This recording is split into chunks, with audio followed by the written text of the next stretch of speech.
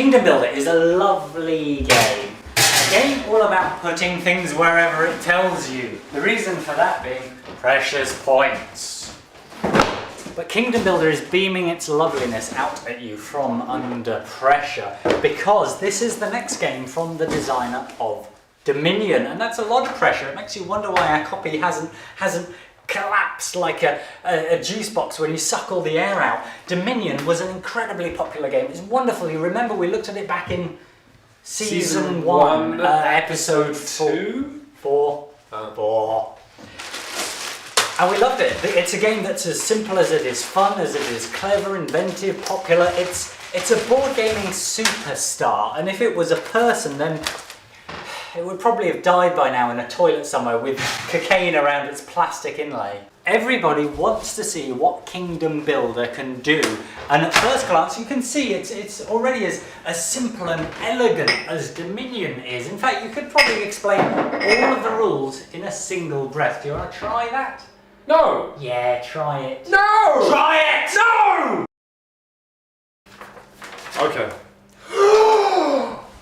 So Kingdom Builder is a game in which you're all competing to get the most points. You'll get those points from 3 randomly drawn objective cards, which are ways in which you have to build your settlements. On your turn, you'll draw a terrain card, and that's the type of terrain you're building on. You'll build 3 settlements on that type of terrain. So for example, that's canyons, with the twist being that on every turn, you have to build adjacent to any existing settlements. So you're kind of building outwards. You also gain points for building next to cities, and you also gain special powers by building next to these golden tokens.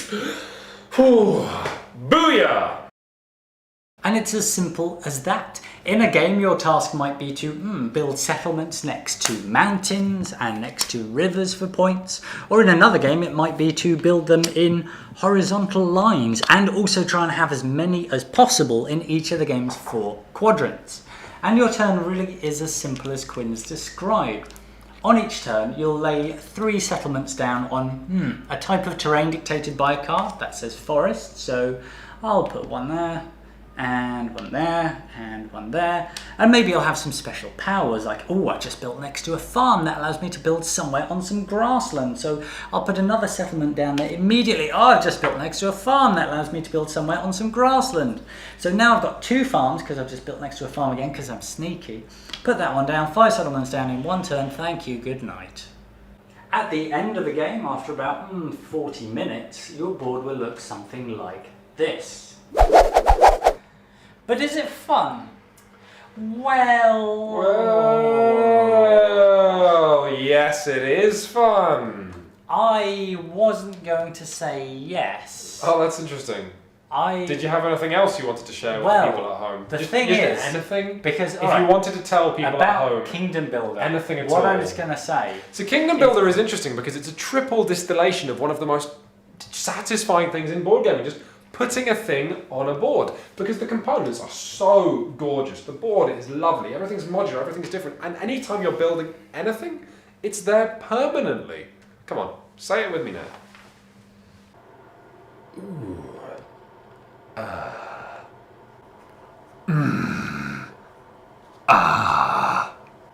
Ooh.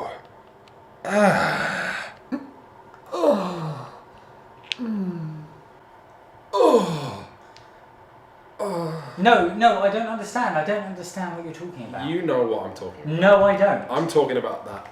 Stop it! You can't like a board game based on what a single motion that you do with your hand. It doesn't make any sense. It would be like liking a girl for something that she does with her hands. Actually, that's not totally unreasonable. What if she could be a masseuse? Yeah. That makes sense, yeah. Okay. It's fine. Kingdom Builder is fine. It's good. It's nice. It's a nice time. It's colourful. It's inventive and interesting. Like and every time you play with it, it'll be different. Like your penis. It's simple. Everyone can understand it. Like your penis. It's a nice time, but it has no traction. It doesn't have grip. It doesn't drag you along with it and immerse you. Like my penis. Look, I think Kingdom Builder's great. I love this game. Yeah. I think I can see what the designer, Mr. Donald Vaccarino, was trying to do with it. How do you follow something as genre inventing as Dominion? And the answer is, you try and make something perfect. This is the difficult second album, and you know what? As a very simple, perfect game, I think it's awesome. Anybody can play this game. Anybody can take it as seriously or as casually as they want to. You know what? And the game itself does the heavy lifting. You just sit back and relax, and it's amazing the degree to which this game remixes itself, you know, and the objectives are always different. The special abilities are always different. And look at these components. I said it before, I'll say it again. This game just positively glows. It shines out at you like a summer sun. No, it flickers like a scented candle. Oh, sort of what? nice and slightly melted. Slightly melted. You're slightly melted, looking like a Steve Buscemi who's left in a hot car for too long. I don't understand. Why would you play this game? New. Why would you play this game when there are many others out there that are Because more what exciting and more it does engaging? better than anything else out there. Simple building, there are no better simple building games than this.